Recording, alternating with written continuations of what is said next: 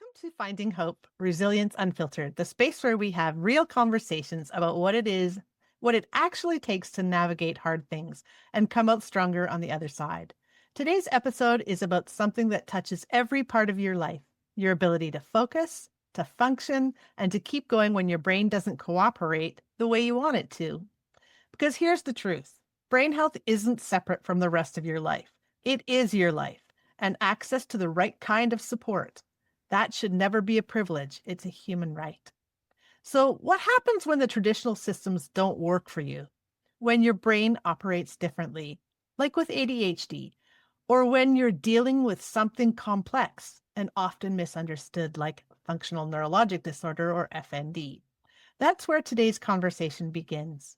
I'm joined by Collin Adams from Brainnovation, an organization that's rethinking how we support attention, performance, and real life functioning through a truly access first approach. Collin brings both professional insight and lived experience, especially around something called interest based attention, a concept that has the power to completely shift how we understand motivation, focus, and what people actually need to thrive. This is an honest conversation, it's practical, and it might challenge some of what you thought you knew about ADHD, resilience, and support. So let's get into it. Welcome, Collin. I'm just super curious. We've had a few short conversations previously as I attended one of your workshops, and I'm delighted to have you here today on our podcast. And I would love to welcome you. And let's start with, what's your personal why when it comes to ADHD? That's a great question. I would say that my personal why when it comes to ADHD really came from my own story and growing up with undiagnosed ADHD and not having necessarily the resources or tools developed yet to understand what was going on in my brain. And for a long time, I just contextualized that as my brain was broken and that I was just going to have to walk through life with this struggle of not being able to pay attention when I need to, or not be able to regulate my emotions or get my words out in a conversation. So I think that as I started to get into the brain health space and better understand what was going on inside my own brain, it really sparked in me a passion to not just understand my own brain and better see myself in different contexts, but also to create access for other people who might be walking through the same thing, because I know there's many of us out there. Yeah, thanks so much. And how does that connect to the Access First mission at Brainnovation? Yeah, Brainnovation Network's mission is to create access to better brain health solutions. And again, tying into my personal story, when I was first diagnosed with ADHD, I was stuck between the side effects that come with medication or no side effects, no medication, and I'm living in this unfocused, lethargic state. And so I wasn't really sure how to navigate the difference between the two. And then I was introduced through a family friend to a neuropsychologist who was really investing in the technology and more holistic approach to brain health. And that really captivated me because for the first time, instead of wondering what was going on in my brain, I was able to see through a QEEG what was actually happening with my brainwave activity up on a screen. So what's typically something that gets ignored or overlooked, the brain, the organ, because we can't see it, was now something that I could see on a screen, and I could see where symptoms of brain fog or poor focus were associated with a high theta activity in my frontal lobe. And that just really started to turn the corner for me in terms of my own development and my own understanding of my brain. And one of the biggest issues in the world of brain health today is lack of information, whether it's lack of information on the things that are available to people or even the providers who are creating those opportunities for people. So this one provider that I worked with wasn't like some household name where everyone just knows who he is and what he does and has access to what he does. It was through a family friend that I just happened to get connected with him. And there are a lot of neurotechnologies out there that can support things like focus and ADHD.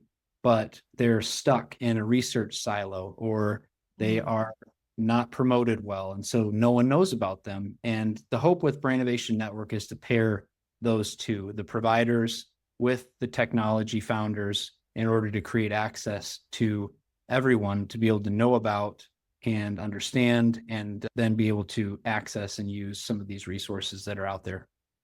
Mm-hmm. I love that. And I know with my experience being diagnosed with functional neurologic disorder, there was a time when I heard that, I was like, wait, what? I have a what's going on with my brain? And I think there are so many individuals that have FND who have been told over and over again that there's nothing wrong with their brain.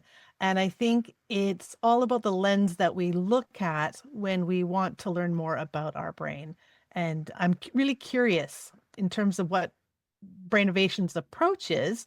And I wonder if you can tell us a little bit more about the gap between what's not working.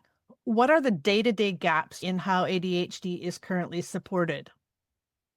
Yeah, another great question. ADHD has been often watered down to this idea of squirrel. I can't focus. I don't have the ability to pay attention, when it's actually not that at all. People who have ADHD can actually have phenomenal levels of attention. It's just that it's hard to control where that attention goes in the ADHD brain versus maybe the more neurotypical brain that can pay attention to things easier.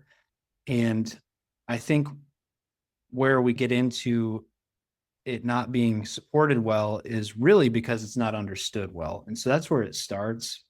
And just as a general overview, in very general, there are a lot of unique brains and unique symptoms that come with ADHD, but in general, there is like the inattentive subtype, and there's the hyperactive subtype, and then some people occasionally have this like mixture of both, but for the most part, it falls into these two categories. And the way I like to explain ADHD from each of those two perspectives is like a symphony orchestra.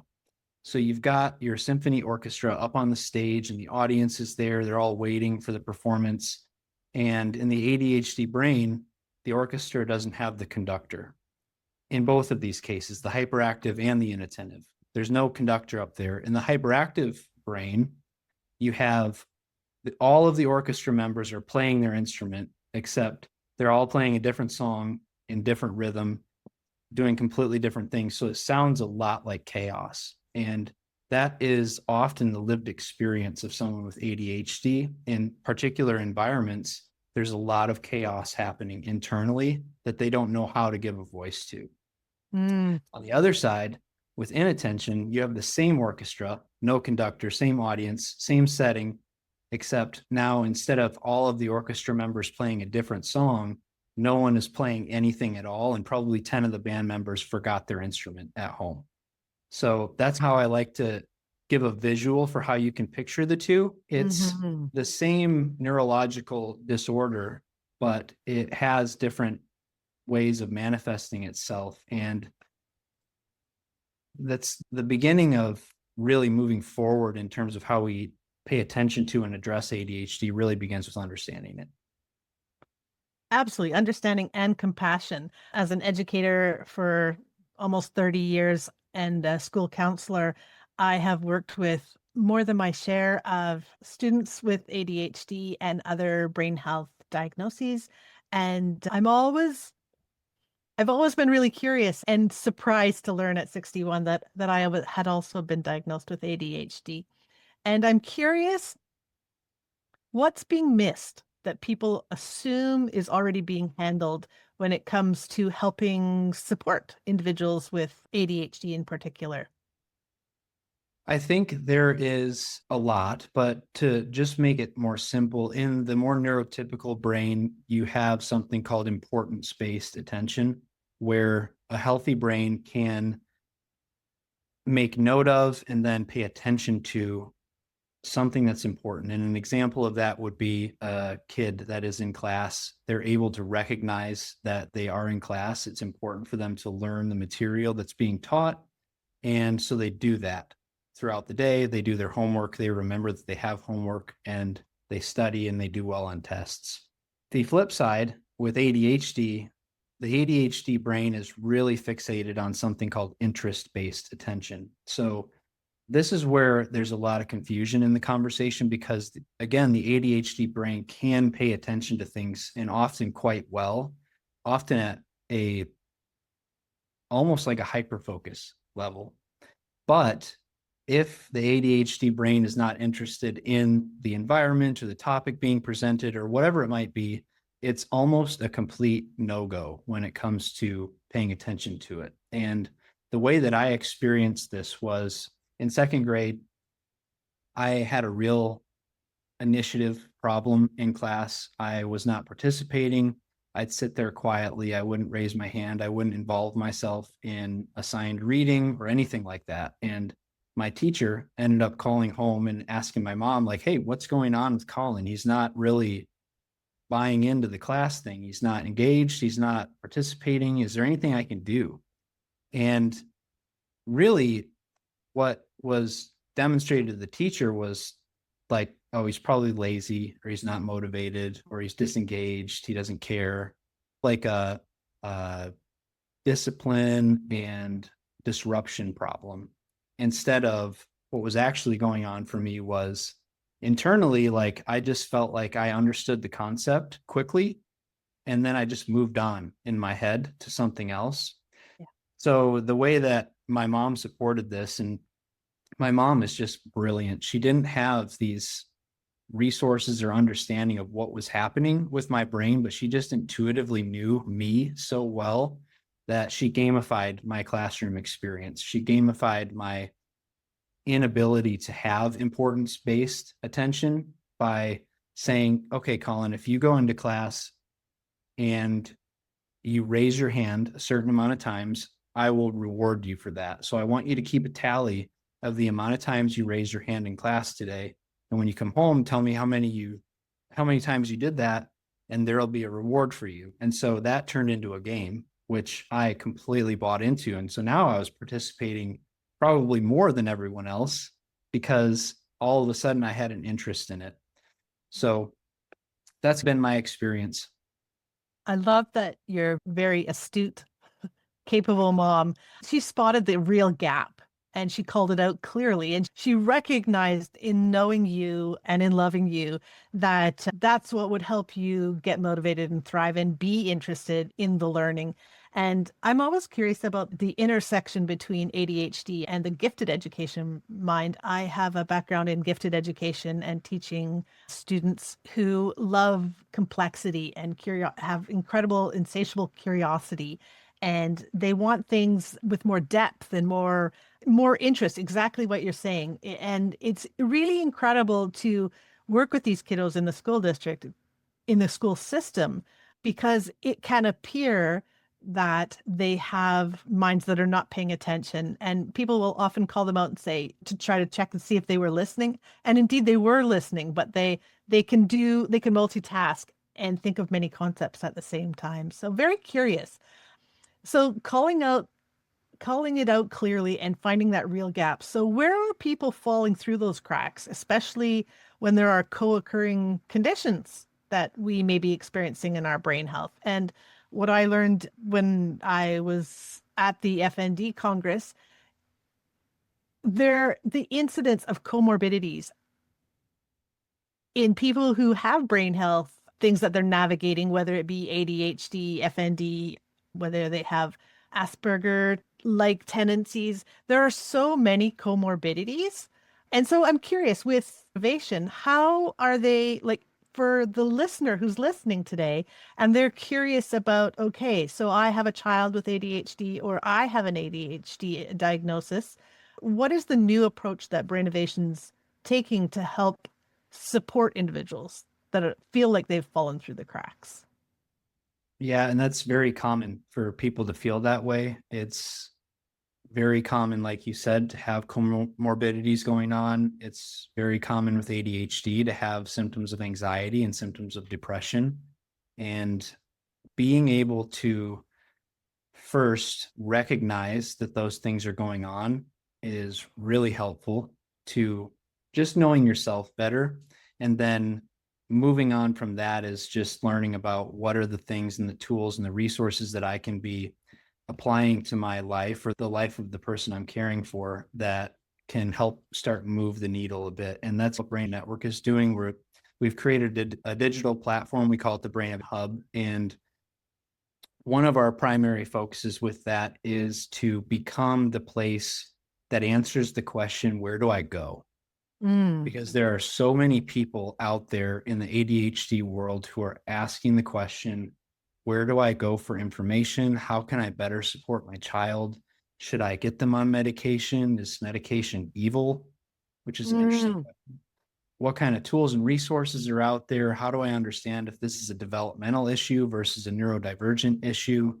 And we're hoping to develop the space that really helps support people in that walk, because ADHD is something where you can very easily begin to bury yourself in shame and embarrassment over the things that you just struggle with that are very real every day, like task initiation, task switching, different behaviors that you wish you weren't really doing or wish you were able to do that Mhm. are not able to be easily accessible to you. So we're hoping with the Brain Hub to have that space where people can come in and they have that moment of, aha, okay, this is where I've been hoping to land. This is what I've been looking for. We're certain. Yes, absolutely. So that brings me to a curiosity about how we cut through the noise. You say thinking drives everything. So why aren't people paying attention to what's here in front of them? What's the biggest lie we're being told about learning and productivity for people that are navigating ADHD? Yeah, I think that the system we've developed through education and then into the workforce is really around this idea of production and just fitting into a specific role, being like a key in the cog of the wheel, and you just keep it spinning. And that's the purpose. And what the system misses with that is there's no way, I don't care what kind of neurodiversity you have, there is no way you're sitting through a class for 8 hours. That's ridiculous. So the thing that's being told to us is that there's one way to do things Mm. and that everyone has to fit into this one way of doing things, when that is just so unbelievably wrong. We are in a world right now that praises being unique and being different and is growing in understanding of being unique and different, yet the brain is just completely left out of that conversation. Abs- It's, if you don't sit still, if you don't behave, if you don't participate, and if you don't produce, you are not a valuable member of society. And that's what the message is. And so for people who have neurodiversity, whether it's ADHD or FND or any of the things on the list, it's, then what's my value? What can I contribute? If I can't sit here for a full 8 hour day and focus on producing things, like I want to do that. I desperately want to focus and I can't. So yeah. what's my purpose here? Then can I really be a contributing member to society? And that hurts.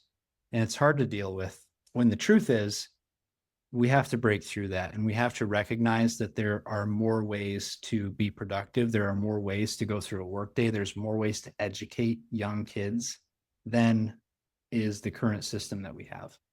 Yeah. And I think as we make it really personal, you spoke of your experiences with ADHD, and I certainly have similar experiences of finding focus difficult. And yet, give me some paints and some inspiration, and I can spend literally hours fixated on a painting that I want to create. Or when I was writing my book, it was so easy to be clearly focused and so in tuned with using the creativity to focus on something that I was sincerely interested in. So I'm really hearing you that we make by making it personal, what's something that you had to unlearn about your own thinking?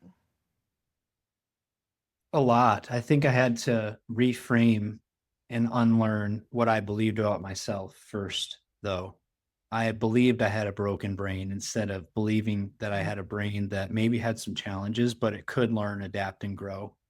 And that's also really taught me how to navigate like day to day because, like you shared with getting set up with some paints, it was sports for me. It's always been sports. And since I was a very little boy, like I could remember in intense details of things. And I could remember 20 years ago the score of a game, but Yeah. I have no idea what the Pythagorean theorem is. Yeah. So it's always been, if I'm interested, then I'm intrigued. And so the way that I've been able to reframe my approach to my own brain is instead of burying myself in shame when I'm having a hard time with focus or things like task initiation, I just really pay attention and find ways to support myself to get those things going instead of saying, man, you're just not good enough or you're just too stupid. So that's been a huge shift. I think shame is a really interesting part of that equation. And it really resonated with me and made me want to interrupt when you said, I felt like I have had a broken brain. And as someone that has functional neurologic disorder and has done a lot of therapeutic work to be able to live joyfully and feel like I no longer am experiencing that broken brain, I think the shame and the stigma that are attached to many of these brain health challenges is something that we can work on. I think of learning skills in distress tolerance and DBT skills that I have learned that help me manage difficult things when my brain is not maybe operating or functioning quite as well as I'd like it to. I'm curious, why are we still teaching in ways that don't really match the way that the brain works? I think if we weren't sitting here asking that question, it would mean that something had changed for the better. And the fact that we still have to ask that question with all of this information and all of these resources and all of these brilliant minds and all these people getting PhDs, what was the point of all that if we're not going to do something different? And like my background for the last 10 years has been in behavior change. And so I'm a coach of behavior change specifically. And I always say that to change a behavior, regardless of what it is extremely hard. So, take for instance, someone wants to go for a walk once a day for 10 minutes, and they've already got their whole routine, their schedule, their structure set up for the day. To add in a Mhm. 10-minute walk is nearly impossible if you really think about it. And what's happening behind the scenes in the brain of specifically behavior change for one individual is that all of these long-term built neuronal connections and pathways and synapses all have to be undone and then rewired in a new way. And I went through that process with things like neurofeedback and heart brain coherence training. On a system scale, it's the same thing. A lot of neural networks from a system standpoint have to be undone and then relearned. And the process for doing that in an entire society takes a lot of effort. And I think that for the longest time, there just hasn't been the willingness to put forth the effort. And I think now there are many growing voices and people who are speaking out about the fact that education system needs to change to better support the developing brain, not just the neurodiverse brain, the developing brain. Mm. You can put even a healthy kid in an 8-hour class and they're going to struggle. Oh, It's people joining the conversation. It's being willing to speak up about their experience and then being willing to do the work that it's going to take to unwire those networks and rewire them in a new way that benefits everybody. that's so interesting. And it's important to really get practical and without any excuses. When I learned that my brain was sending mixed up messages through neural networks to my body and creating things like non-epileptic seizures and migraines and myoclonic jerks and various different symptoms where people with FND experience a very wide-ranging amount of functional symptoms that are basically the brain sending out a mixed up message, and the neuroplasticity of the brain then practices it and it gets more capable, and as it works to master it, the symptoms, the functional symptoms get more intense and a longer duration and greater frequency. And so what became maybe a seizure once in a while becomes, for me in any case, became 8 to 10 a day of 10 to 30 minutes in length. And it's so no excuses though. We know that the neuroplasticity of the brain also enables people who have experienced stroke to learn to speak again and to learn to walk again. And so what's a simple shift that someone listening today that might have either be undiagnosed or diagnosed with a brain health challenge that they can, what simple shift can they make to create the biggest impact for themselves and their families? Yeah, great question. The simple shift starts with awareness. So just paying attention, being mindful of what your day-to-day experience is, and then asking the question, what am I most hoping for? And Hmm. then what difference would that make for me? And then once you have all of that information about yourself and you've taken the time to just pay attention and learn about yourself and the things that you're experiencing, then you can start to take little steps that are really simple. Like maybe you take 3 minutes between a meeting to take some deep breaths, or you get up and you move around a little bit between tasks to help you switch from one task to the next. You can get really granular in terms of the what, but I think the how and the most important place to start is really just by paying attention and getting to know yourself well. So if I just want to make sure I got this correct, that I heard it correctly, let me know if I got it right. When someone feels stuck, what's something that they've recognized that maybe their brain health is a challenge for them and they are motivated to thrive? They want to make a shift. They've recognized it. They are feeling stuck. What's the first move that they can make? For me, when I have that, I stand up immediately. I just stand up and I go do something else. I move around, because movement creates activity in the brain, and especially in the prefrontal cortex, which essentially is the boss of the brain. It's overseeing executive function. Mm. The prefrontal cortex is stimulated by movement. So if someone is just feeling stuck, whether it's at work or school or relationally or whatever it might be, just get up and move. So pushing into the discomfort of recognizing that maybe your brain works differently than someone else's, and you recognize what works for me is I head out to the forest with my dog and just try to leave all of the challenges of brain health and life behind and just breathe in, take it all in, enjoy the beauty of nature, and as you say, get some physical exercise and get moving is really critical for me as well. So as we push into that discomfort of recognizing that we want change, what are people avoiding that's actually key to making the change? I think discomfort is the word. And to have, I like that we brought up neuroplasticity, because neuroplasticity is a great thing. It's the brain's ability to change and grow and adapt. Neuroplasticity can act both ways, though. It's an equal opportunity lender. It can either act in a real positive way or it can act in a not so positive way. I'll put Mhm. it that way.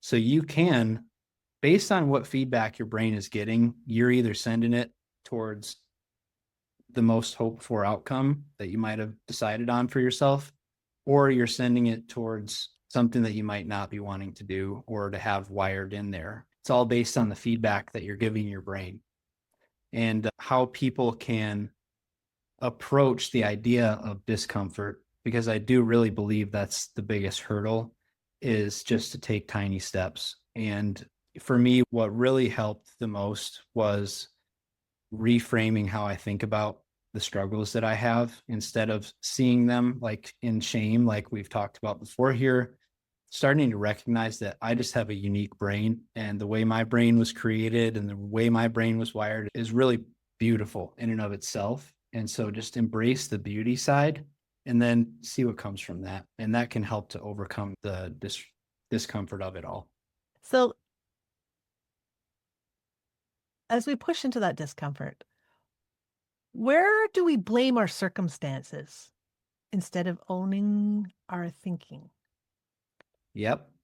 Great question. Again, I'll give personal experience here. I, for a long time, blamed the ambiguity of working for a startup and the solidarity of working from home Mm. for a lot of my struggles. And I just thought, man, if I could go into an office and work around the people that I work with every day, I'm sure I'd be more productive. I wouldn't be experiencing these things. I wouldn't feel this way. If I just worked in a job where I had very clear tasks and deadlines and outcomes, I'm sure I wouldn't be feeling this way. Everything would be a lot better. And that's just not true. It's just not true at all. Circumstances and environment can certainly influence symptoms, but we have the choice to make to recognize that maybe this isn't the most optimal environment for me today, but there's something Mm. that I can do about it to make my brain participate in the day with me instead of just giving in to the circumstance of the environment and just waving the white flag and saying I can't do it. Yeah, I think motivation is key here. And what's the hard truth that Jocelyn doesn't want to hear when it comes to doing the work? Yeah, it's again with ADHD, it's like, how do I overcome the interest based attention nature when I know that there's something I have to do and maybe I'm not interested in it? And motivation, yes, is great. I think for me, motivation has been unreliable. It just goes up and down. Some days I'm like really highly motivated, and other days I'm not motivated at all. Mm. But so the way that I support that is through prompt. And whether it's a trigger like I need to focus on a task, so I just get down and do 10 push-ups and activate my brain, or I need to be mentally prepared for a meeting that I don't want to be into. Maybe I take a minute to take some deep breaths and regulate my emotions a bit so I'm more prepared to show up. There are just little bite-sized things that people can be doing to overcome the different struggles that come with neurodiversity throughout the day, especially around motivation tied to starting a task or doing something that we know we have to do. Yeah, bit of a reality check for me and for maybe all of our listeners as well. And the question that I come across a lot is when we think of mental health, what comes to mind? And with folks who are struggling with functional neurologic disorder, me included, there's that thinking that if you are having mental health challenges, that, you're crazy or your brain is broken and that you need fixing. And I think the aha for me in this moment is that we're all on the mental health continuum. Everyone that has a head above their neck is needing to prioritize or I want to prioritize my mental health as well as my spiritual health and my physical health and my relationship health. And the health that I have, I extremely value relationships. So if I recognize that I want to prioritize those pieces of my health, whether it be brain health, we call it neurological health, or we call it mental health, can we actually improve our brain health or mental health by changing how we think? Absolutely. Yeah, and this goes for everybody. I don't think this is unique to the world of neurodiversity. It's everyone every day is dealing with something.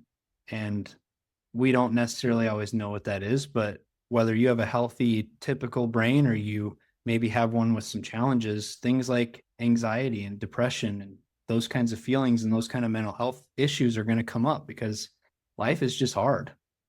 Whether you have ADHD or not, life is hard and hard things come up that you have to deal with. And people can take hope, though, in that and recognize that their brain is not stuck. They're not stuck with the brain that they have today. Their brain can learn, their brain can adjust and grow through difficult circumstances, not just in times where everything is really good. In fact, I would say that the times where things are harder is often the greatest opportunity for neuroplasticity to happen. Hold on a minute. You say that again and elaborate on that a little bit. Yeah. Which part? The part where how we think and we're oversimplifying. What are we getting wrong about stress and burnout and in those high pressure moments? What can I actually do in order to choose to thrive rather than getting stuck, as you would say? Yeah, it's very circumstantial for people on the what and the how. For instance, someone who is a corporate employee working for a big organization. I live here in San Francisco. I'm in the tech hub, and there's a lot of software developer employees who are worried about the development of AI. They are being asked to produce an unbelievable amount of code every day, and they're being compared with their peers all the time. And that's going to produce a certain level of like sympathetic response. So they're moving into survival. They're having to compete against their friends, but they also need to do this because they need to pay their bills and the money needs to come in. They can't lose their job. So there are difficult circumstances. And I think it's in that it's hard to necessarily say this person should do this thing or this person should do that thing because it's going to look very different. I think, again, it's just really paying attention to what am I feeling? What's going on for me? What am I noticing about my brain? What kind of symptoms are appearing? Is there brain fog? Is there anxiety? Are there feelings of depression? Am I feeling burned out? And then inside of my context, what can I do realistically to begin to move in a different direction? Whether it's maybe I just need to pay attention a little bit more to my sleep, or maybe I need to pay attention to how well I'm managing my stress throughout the day by practicing diaphragm breathing, or I'm really feeling brain fog after lunch. Maybe I should look at what I'm eating and recognize that these certain foods are very inflammatory and I could switch and eat something different to really promote better mental clarity for the rest of the afternoon. So I think it really depends on the person and the circumstance, but there are absolutely things people can be doing regardless of the environment or the intensity of it to make positive change. Colin, I love that future focus. If nothing changes, if we make no changes, what are we risking? Yeah, it's hard to say. I think again, depends on the person's circumstance, but by not being open to or willing to change, the biggest thing you're risking is just getting left behind, whether that's in a relationship, not choosing to pursue that person, you're just going to get left behind in that, and that relationship is going to become stale. Or that job, like if they're not really pursuing learning and educating themselves and becoming more involved, they just risk being left behind. And it's the same with your brain. If you don't pay attention to the symptoms that are coming up and you don't pay attention to doing something about them, then at some point your brain will catch up with you. And it's not a matter of if, it's a matter of when. Yeah. So interesting. So interesting. And so when we talk about that future focus and we take a look at if we make no shifts, if we choose not to do the work, if we choose to not prioritize, I wonder if what we're risking is just choosing to stay stuck. When I recognized and when I heard one of my medical specialists say, Jocelyn, you've got a severe condition, but there's hope. And with hard work and time, you can be well. I really grasped onto that. And I thought, I don't think there's anyone who wouldn't want to be well and to experience thriving brain health. And so what You'd be surprised. no, I believe that people want to be, and maybe they are lacking the motivation or the support or the systems or the compassionate, respectful listening. But I believe that people want to be well and that we want to do the work. I know I want to do the work. So, what does that look like? If we want to create brain aware classrooms and workplaces, what would that really look like? It's really about getting information out there to the right people. Information is where it starts, educating, better understanding first your own brain and then the brain health of your community and where that's at, whether it's at work, recognizing what's the temperature there on wellness around the brain, what things are being promoted, what systems are being developed to better support my Mhm. brain and the brain of my peers. So I think it really starts in the communities and being able to have ambassadors in the community who are really engaged with first their own brain and kind of having their own story around their brain health. And that kind of pervades out into the rest of the community. And that's how it's going to happen, kind of like a progressive growth instead of just one thing being ordinated or like one thing being included now that wasn't. It's got to happen ground level up. Exactly. What gives you confidence, Colin, in the work that you're doing with Brainnovation that we can actually do better? Yeah, I have conversations all day long with different partners of ours and different providers, clinicians, and tech founders in the brain health space who are constantly pushing the boundaries of what's possible. And that's exciting to see. It's exciting to see that people care so much about moving this forward. And what I've really noticed that's so unique, I think, about brain health in particular is that most of the people that come into the brain health space, whether it's someone creating a technology or a clinician who's working with the population, is that most of the time in the brain health space, people have come here because of a personal experience, like me with ADHD, you with FND. And it's so powerful to inspire change when you can speak from a position of, I've been here and this is not fun. And I'm willing to be vulnerable about my situation so that other people cannot feel alone. And then once people are able to begin to hear and receive these resources and education, like all that can happen. But what really gives me hope is the excitement that I have around who I'm talking with and all of the work that these Mm. incredible people are doing. And now our responsibility at Brainnovation Network is just get their Absolutely. message out there. I want to ask some rapid fire questions. I'm really appreciative. I could geek out with you on brain health all day. Let's just think about the listeners today that are listening. What's the most dangerous thinking habit? I call it negative Nelly. Actually, my friend calls it that because I'm pretty negative about my sports teams. But having a negative approach to life or your ability to grow and change is probably the most dangerous. Okay. And what's one excuse people need to drop? I can't do it. Best daily mental reset. Definitely walking around and out loud saying the tasks that I have to do today. Okay. And one word for the future. Inspire. Okay. If someone listening today is feeling stuck right now, what's one thing you want them to do in the next 5 minutes? Stand up, take a deep breath, move around, change environments, and just remind yourself that you are not alone in this. There are other people going through the same things.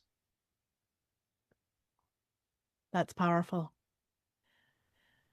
Thank you for that. It's been an absolute pleasure to have you here today, Colin. And the work that you're doing with Brainnovation is super exciting and it has inspired me.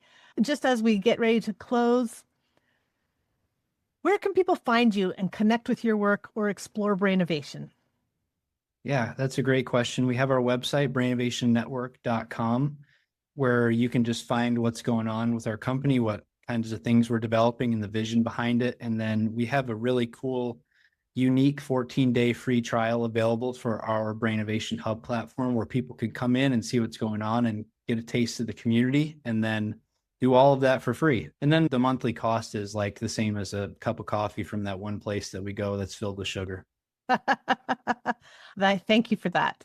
And if someone is listening and is struggling right now with ADHD, what's one thing you want them to do next? One thing for those with ADHD, the one thing that they can do immediately is to change their perspective on the symptoms they're feeling, like I did with instead of feeling shame around brain fog, I just started to do something about it. I got up and moved around, did push-ups, all of these things. Got to change the narrative though, if you're going to change. Thank you, Collin, for bringing both professional insight and lived experience, especially around interest-based attention and small manageable wins that we can choose to take as next steps. I've really appreciated this honest conversation. It's practical and it might challenge some of what we know about ADHD resilience and support. So thank you very much for showing up today, and we'll include your contact info in the show notes.